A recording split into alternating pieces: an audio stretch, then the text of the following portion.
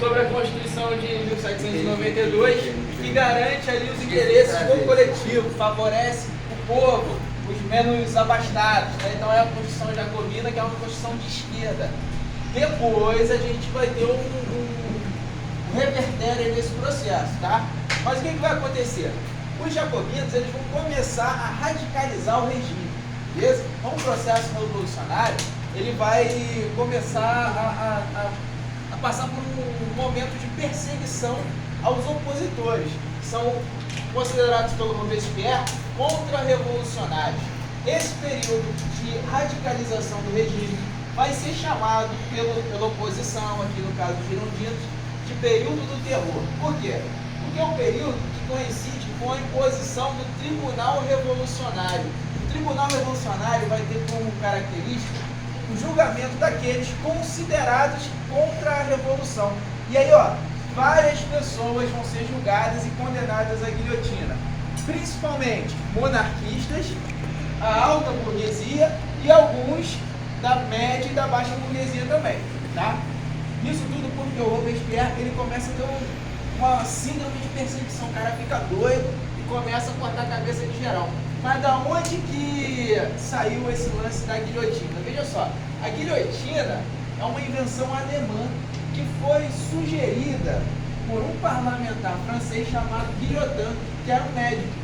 Ele sugere a guilhotina como um mecanismo de pena capital, né, pena de morte, porque antigamente, na França feudal, na França do antigo regime, a pena de morte ela variava de acordo com a classe social do sujeito. Nobres e o clero tinham penas de morte que evitavam a dor. Tá? Então, era a decapitação na sua maioria das vezes, que teoricamente faz com que a pessoa não sinta dor no processo de execução. Agora, os mais pobres, aí você tinha uma variedade de métodos de execução, porque a mente humana para a maldade é muito criativa, não é não, Laquinha? Então, você podia enforcar o sujeito, né? E aí o enforcamento, ele funcionava bem quando o pescoço da pessoa quebra. Se o pescoço não quebra, a pessoa fica se debatendo, e é muito humilhante, que ela fica se debatendo, sem ar, se caga, se mija toda. Então, essa era a humilhação geral. Outra pena de morte também era isso, uma lâmina. Outra pena que era usada no antigo regime, na França feudal, era o desmembramento. Levanta o bracinho, Luquinha. 2. Sim, corria também. Amarrava o cavalo em cada membro do Luquinha e ó, botava os cavalos para correr. Arrebentava os braços, as pernas, ficava só o cotoco do Luquinha. Tá? Não, isso tudo aí para a alegria da galera, né? Aí o pessoal ia para a praça ali fazer o que a gente chamava de charivari. Charivari é a humilhação pública. Então, antes do Luquinha ser executado, ele ia amarrado na carroça, passando pelo meio da galera, todo mundo tacando coisa pro outro nele, xingando, morre mesmo. Tá vendo? Ô professor, eu falsifiquei camisa, que mais que eu fiz? Você é um criminoso, né? Eu roubei a casa do Fred. Você é um criminoso. Caraca, não tem que morrer.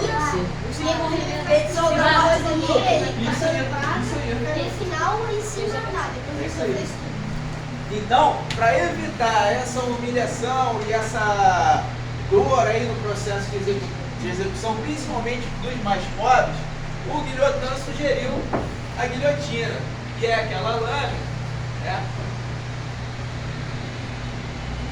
Aí você bota a cabeça do condenado aqui e solta a lâmina. Então o que acontece? Teoricamente, é um método de execução indolor, né? Porque você corta a cabeça e acabou ali. Mas você imagina só, corta 1, 2, 3, 4, 10, 20, 30, a lâmina vai ficando cega, né? Então os últimos ali tem que subir umas 3 vezes para cortar. Porra! Tá? Agora, qual é a simbologia da guilhotina? Assim como a tomada da Bastilha tem um valor simbólico, a guilhotina também tem seu valor simbólico, que é trazer igualdade até na morte. Então, como um dos princípios da Revolução Francesa é a igualdade, o método de execução tem que ser igual para todo mundo também. Não pode o nobre ser executado sem dor e o pobre ser esculachado, né, Lu? Entendido? E aí, durante esse período do terror, né, a gente vai ter execuções de pessoas importantes. Tá? Por exemplo, Lavoisier, vocês vão ouvir falar dele no 9º ano, no 1º ano, químico, tá? Considerado um contra-revolucionário, mas não foi. Tá? Então ele foi acusado de corrupção injustamente e foi executado pelo Tribunal Revolucionário. Danton, que era... Fala. Já podemos falar do massacre, não? Do massacre do massacre de Não, vou falar aqui. O Danton, ele estava dentro das grandes lideranças da Revolução. E ele era um cara que, apesar de ter ali trânsito com os jacobinos, ele conseguia ter um diálogo com os girondinos. Então ele fazia esse papel de negociação dentro do parlamento. Por ele ter acesso aos girondinos, o Robespierre passou a considerar o Danton como um contra-revolucionário, como um cara de oposição à Convenção Nacional, aos jacobinos. E por conta disso, mandou executar o cara. Tá? Injustamente também. Depois nós temos aí, ó, a realeza sendo executada. Rei Luís XVI, Rainha Maria Antonieta, todos vão perder a cabeça na guilhotina. Tá tranquilo, gente?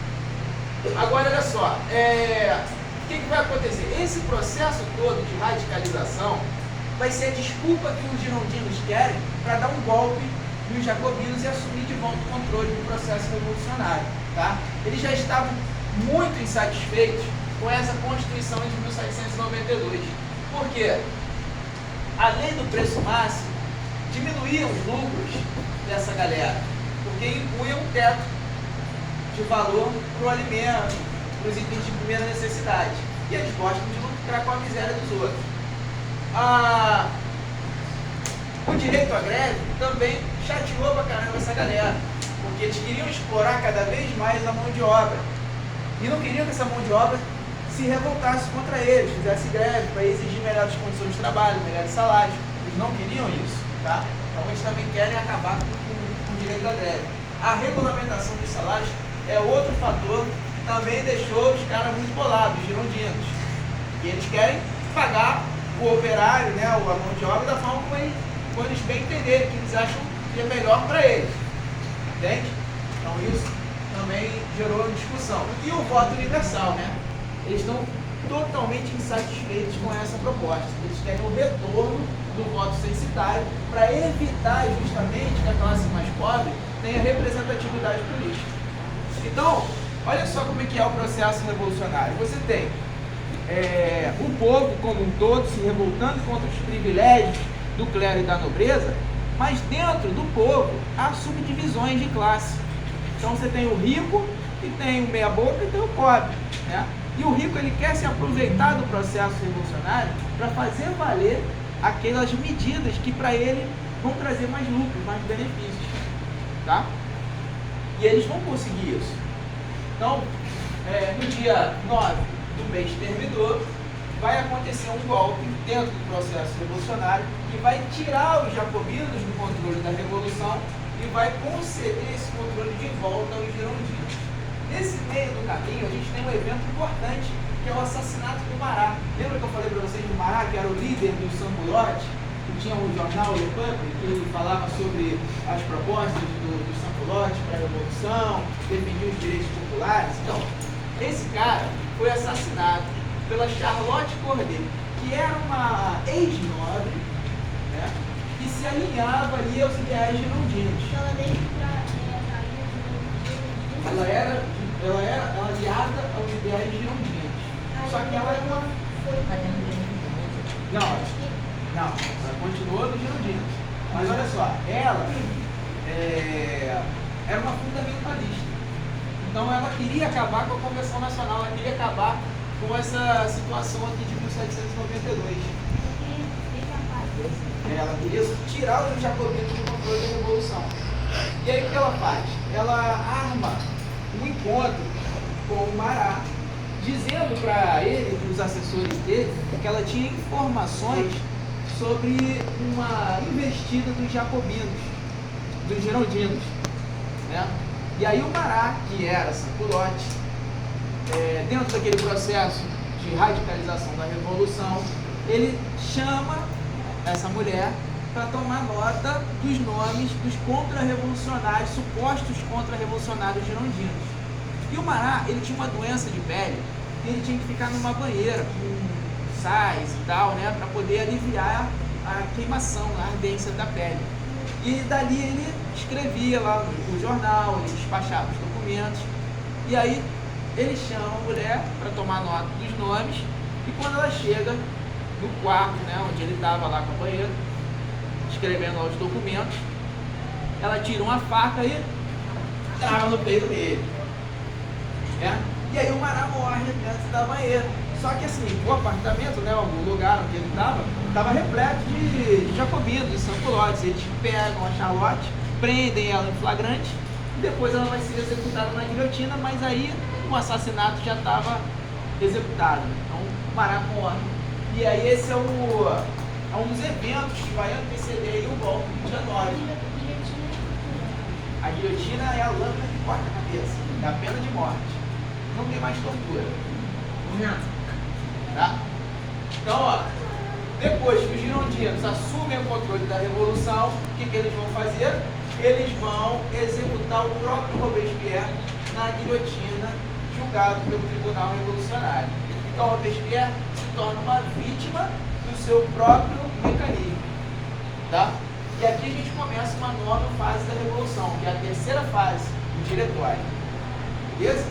Alguma dúvida, galera? Não. Aqui, professor. Era Sanculotte. Ele era mais radical que o Jacobino. Falou. A primeira fase também vai cair na prova. Vai. Fala aqui. Hã?